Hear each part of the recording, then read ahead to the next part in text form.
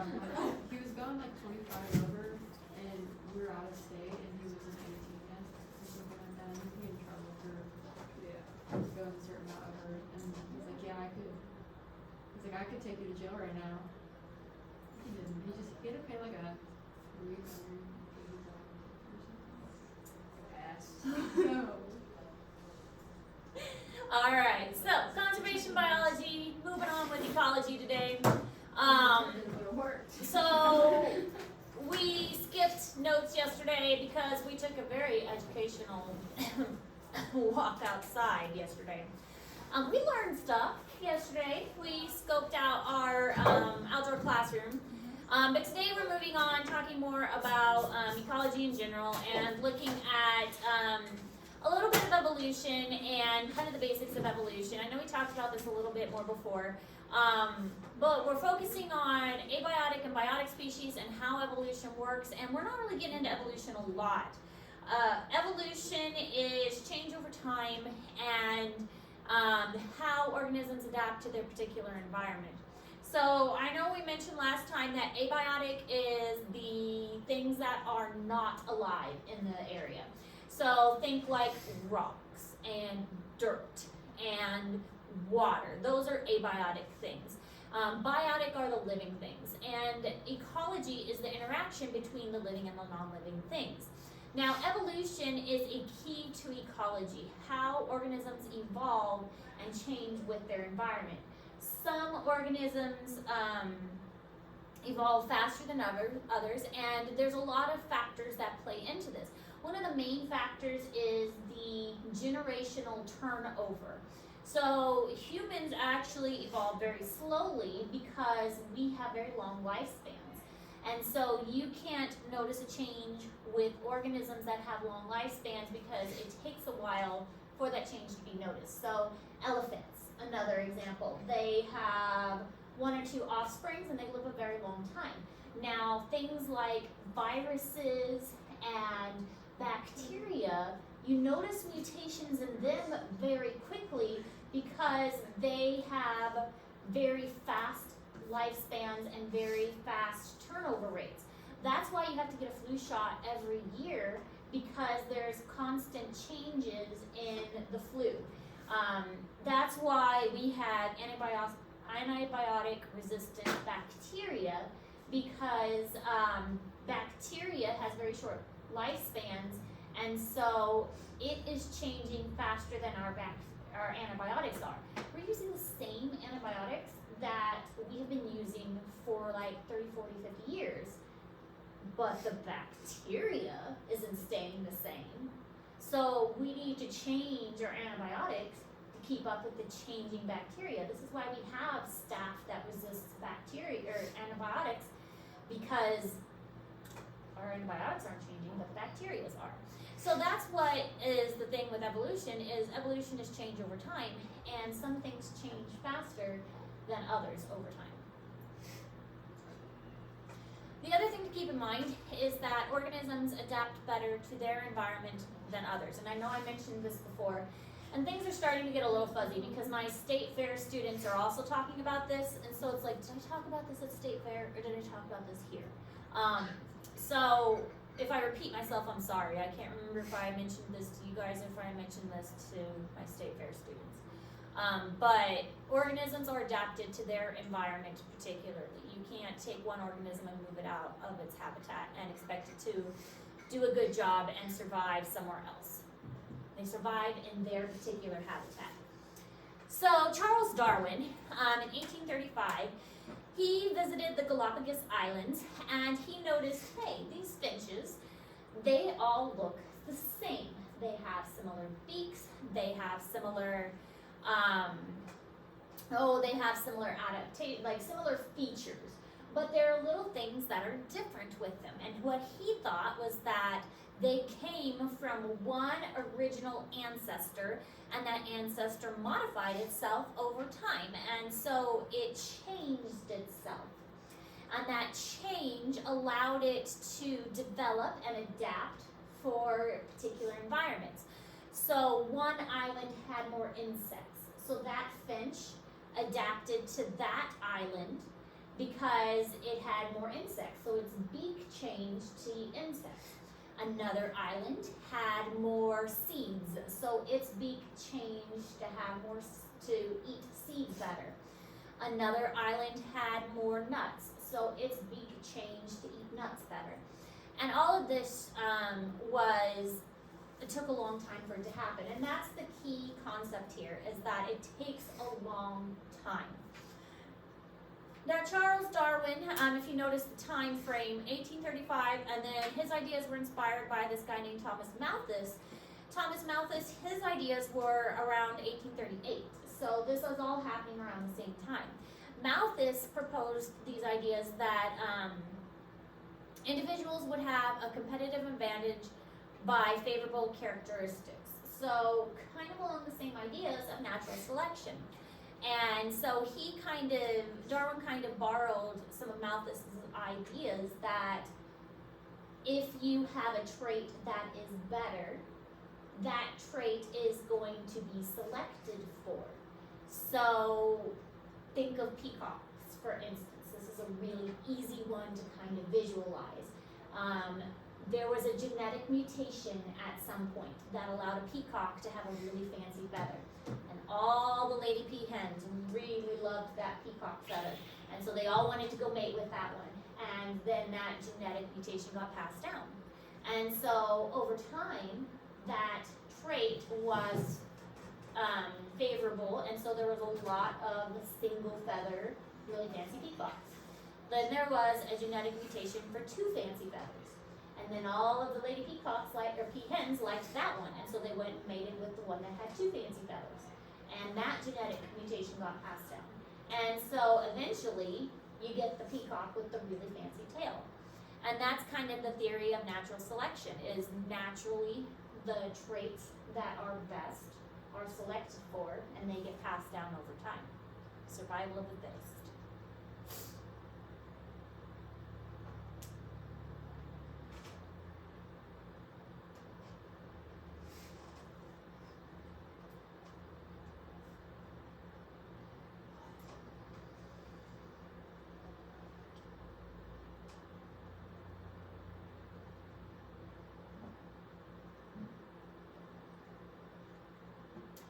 So here's just a little picture example.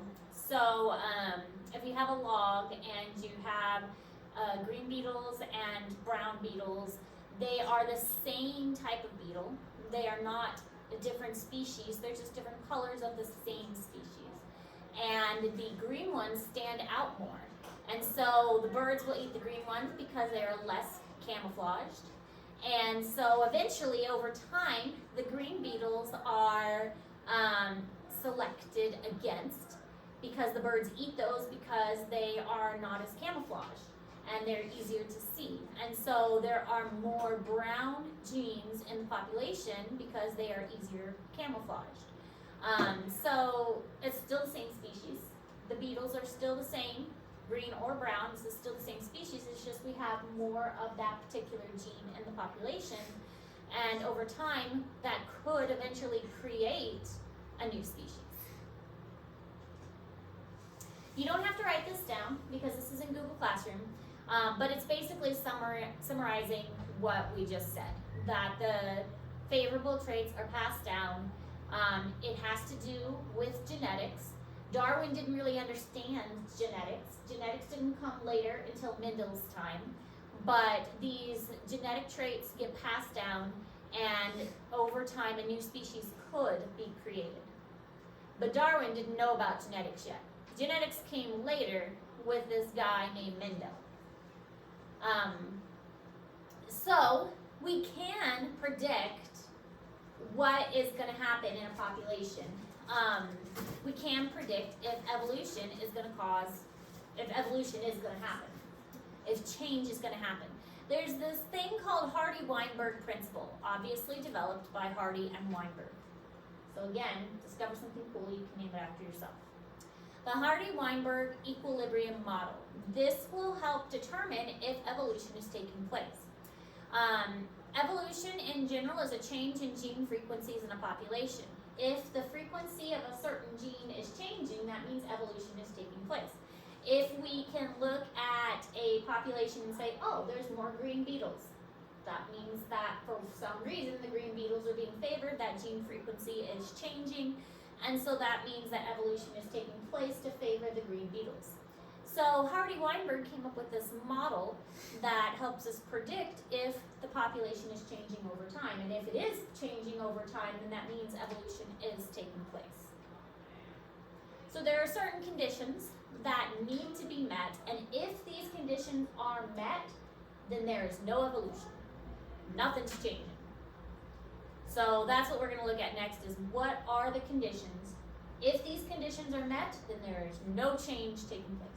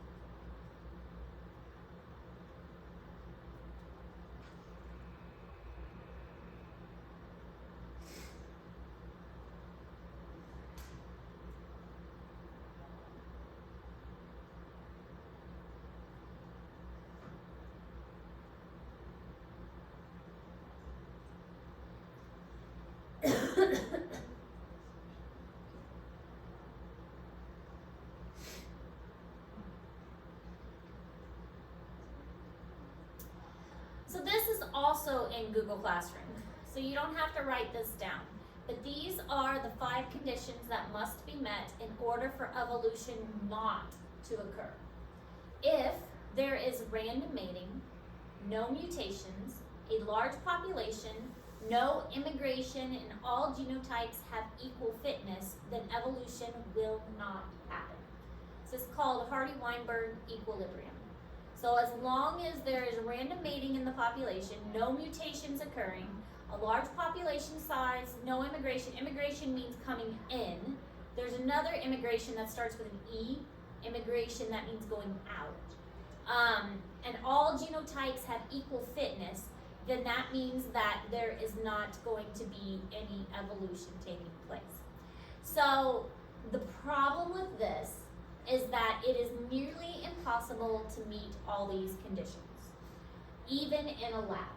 So you can imagine in a lab, you can have it, imagine it somehow in a lab you got 1,000 mice. Okay, that's a large population size. In a lab you have 1,000 mice, you could potentially have random mating.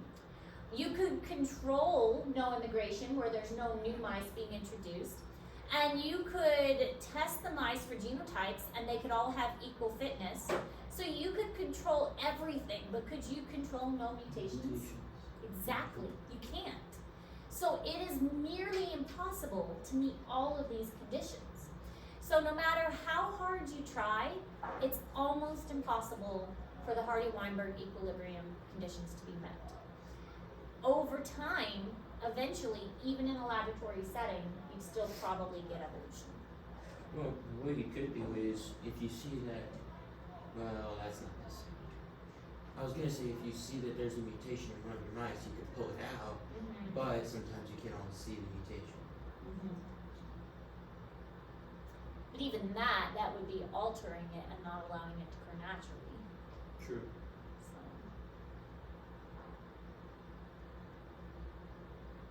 And you're right, I mean, not all mutations are visible. Could be a mutation internally, and it's hard to monitor 1,000, a large population size. So how do we know if Hardy-Weinberg conditions are not being met and if evolution is taking place? What we can do is monitor the population as a whole, and we get something like a bell curve. So the bell curve is known throughout science as the epitome of beauty, and it's the perfect shape for an average. So anytime we see this lovely bell curve, that means that we have an average in the middle and we have some outliers. So this is the shape that is a normal shape. When we have this bell curve shape, that means most of the things are in the middle at the average, and we have some low things and some high things. This is a normal shape in science. So when evolution is taking place, there's a couple things that can happen to our bell curve. And the first thing that can happen is our bell curve gets pinched in the middle and gets really high in the middle. So this is called stabilizing selection. So basically what's happening is any organisms, like think of something that is, as far as height goes. If something is too short or too tall, they are selected against. And so all of the individuals that are average height are selected for. It is better to be of average height. So if you're too tall or too short, you die off. And everything that is average height survives. So then the animals that are of average height survive, and then the curve rises in the middle. And the ones that are too tall and too short die off. So we see the curve get pinched in the center, and those average individuals, the number increases. So this is called stabilizing selection because the curve becomes more stable and it rises in number in the center. So stabilizing selection takes our bell curve and raises it in the center. This will probably be a question on your next test. You'll have a graph that looks similar to this, and it will ask you what kind of selection is this, and you have to identify it as stabilizing selection. So just a heads up, you will probably see this on the test, and you'll have to identify it as stabilizing selection. The outliers, the things that are extreme, the things that are on one side or the other in the population, the outliers in the population, they are selected against.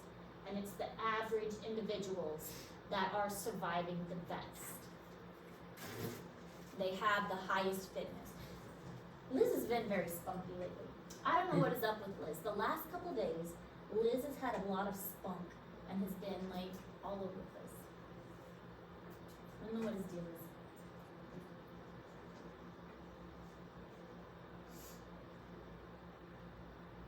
All right, then we have something called directional selection. And again, you probably see a graph like this on the test, and you have to identify it as directional selection. In this case, one of the extremes is favored. So whether if we're using our example of height, a tall individual or a short individual is selected for. The average is not so good. So in this case, let's say like the tall individual. The tall individual is selected for. There is some advantage to being tall. So the entire graph is shifted toward one side. And so all of the short individuals are dying off, and all of the individuals are starting to be born with a higher height, taller height. And so the entire graph is being shifted to one side.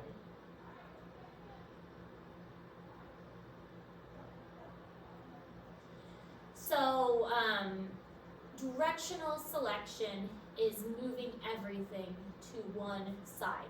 And it could be shorter, it could be moving it to the opposite side of the graph.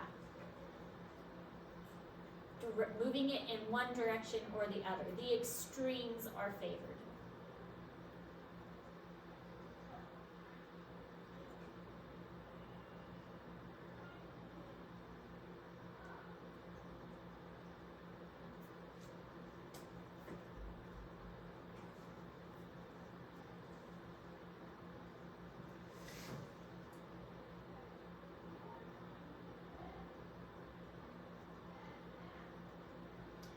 And then we have what's called disruptional selection. On this one, the average individuals are the ones that are dying off.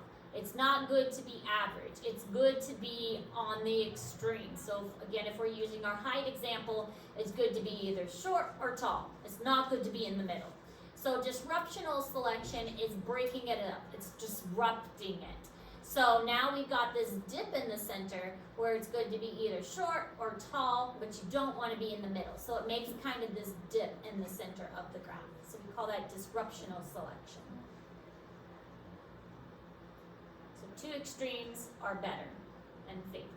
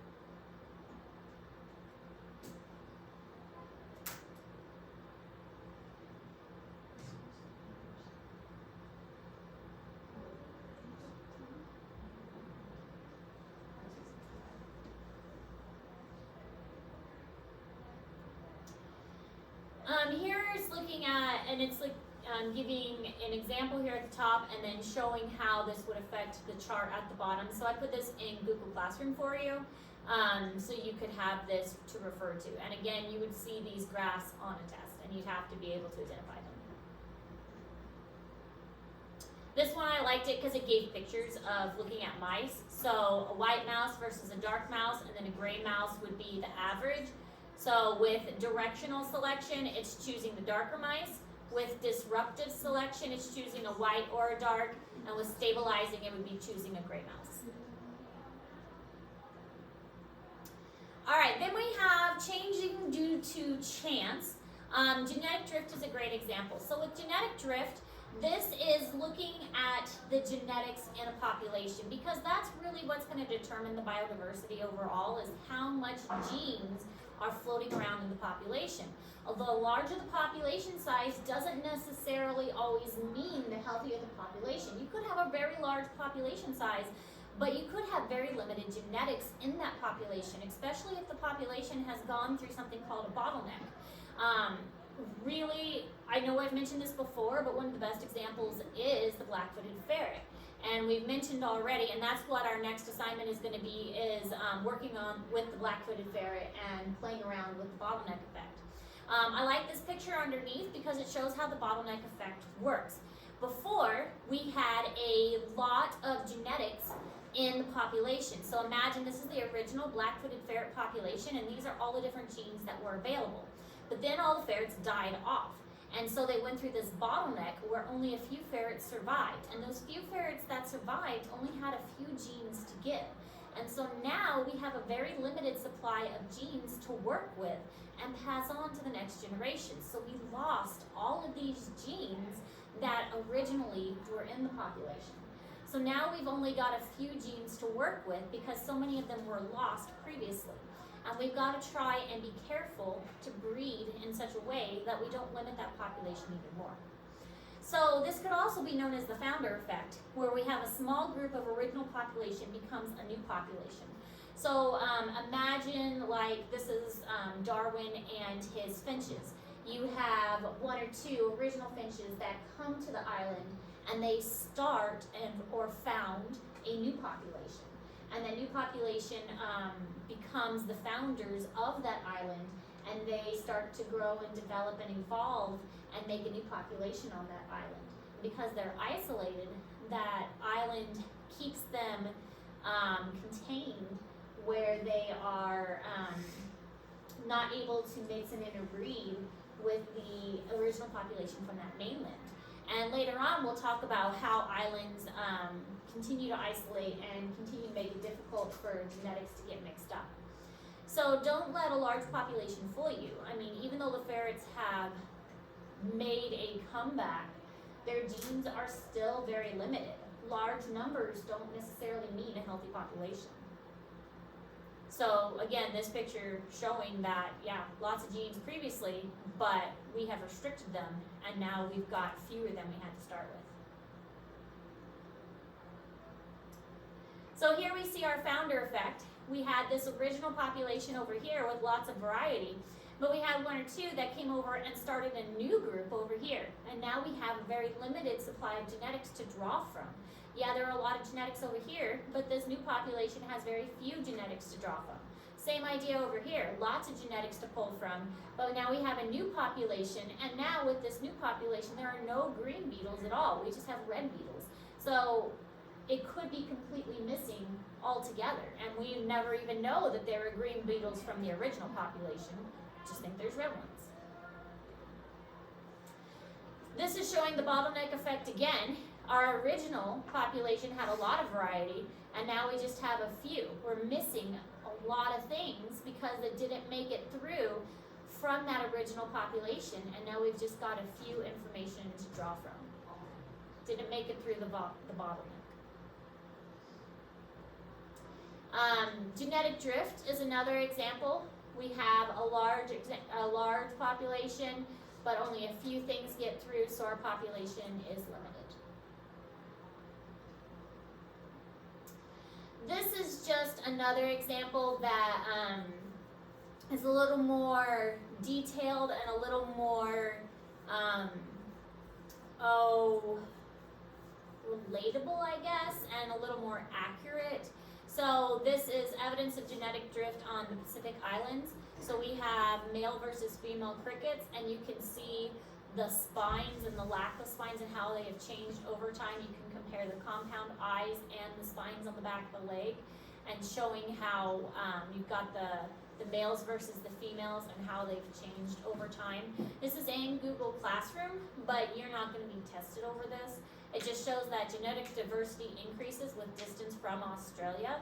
So as it has, the founder effect was originally like a population was on genetic, or on Australia, and then they have constantly like traveled further and further from Australia. Inbreeding is an issue, and inbreeding was found to be significant influence on probability of extinction. The more inbred something is, the more genetic problems there is going to be. So the more inbred something is, the less heterozygosity can indicate high levels of inbreeding. So heterozygosity is good because it has, in genetics, that means it can have both dominant and recessive alleles. But if there are not heterozygotes in the population, that means there's more that are just dominant or recessive, and they're not like a combination of both. So if you have the mix, that's good. That means diversity. But if you have just straight up dominant and straight up recessive, that usually indicates more inbreeding. Inbreeding typically leads to more diseases.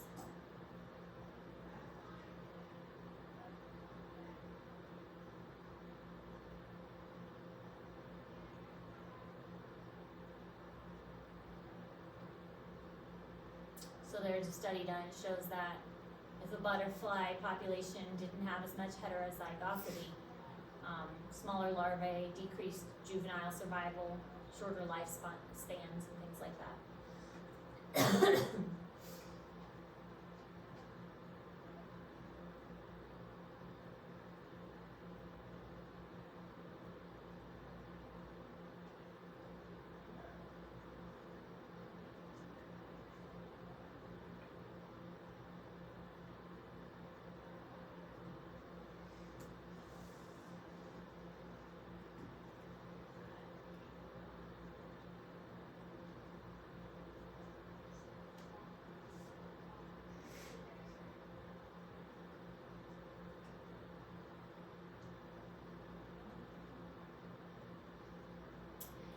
Artificial selection, we've already mentioned, I think before, is that we pick something because we like it, and so we are picking something because we think it is an advantage. This is done very common with like breeding animals. There's a trait that we like in the animal, and so we select for that. Dog breeds is one that always comes to mind. We like a dog breed and we think it's cute, so we're going to breed for that trait. But we also do things on a more extreme level, such as genetic engineering. Now you hear a lot about, no GMOs in this food. GMO stands for genetically modified organisms, and it is something that we do for food because, yeah, it would be easier to, and we'd make more money if we could grow a corn stalk that produces 5 heads of corn in the same amount of space as a corn stalk that grows 3 heads of corn. We get almost double for the same amount of space and the same amount of work, so why not? Or we breed a cow that produces 2 gallons of milk versus a cow that produces 1 gallon of milk. So let's genetically modify a chicken that has more meat versus a chicken that has less meat. So we get more for doing less work. Now, genetically modifying these things, there is not enough research yet to tell us, is this good or is this bad? So that's why a lot of people still tend to go toward the organic. The problem is with organic, now is it really organic? We don't know. I mean, do we have proof that it's really organic, or do they just slap an organic label on there and say it's organic, or grass fed, or free range, or whatever? You can tell when it's grass fed. You can. Yeah, it's bad. It's bad. Yeah, like it's supposed to be healthier, but the meat is all stringy and you get no protein out of it. And you can definitely tell when you take like a well marbled beef compared to a grass fed, which one has had better feeding qualities. It's gross. It smells Yeah, I bad. don't know much about agriculture. It even I'm not an smells agriculture different. teacher. It literally smells different when like it's raw. It's just bad. You probably know more about that than me.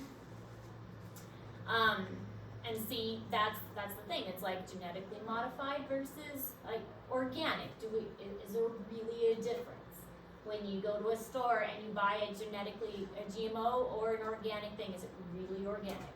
We don't know. Are they still doing stuff like CRISPR? Like on humans? Doing stuff with what? CRISPR, the where you genetically modify like the embryos. I think so. Yeah. I think it's very expensive, but I think so. And pick your eye color. Designer babies. That's what it's called. Yeah. Designer babies. Designer babies? You can genetically pick like your eye color and your hair color of the baby. With a lot of money. They can pick the genes of the baby.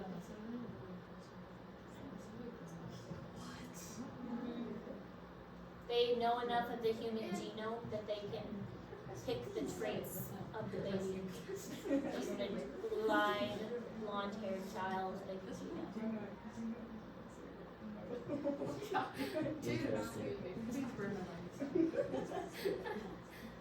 So this shows how things have changed over time. So in 1957, this was a chicken. 2005, this is a chicken. So obviously, we get more meat off of this one than this one.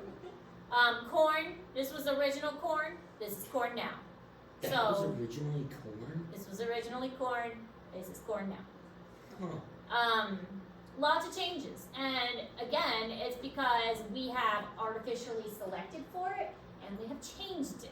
I mean, obviously we're gonna get more food off of this and off of this. So this is, I can't read what it is. Wild mustard? There you go. And it has developed into these other types of plants.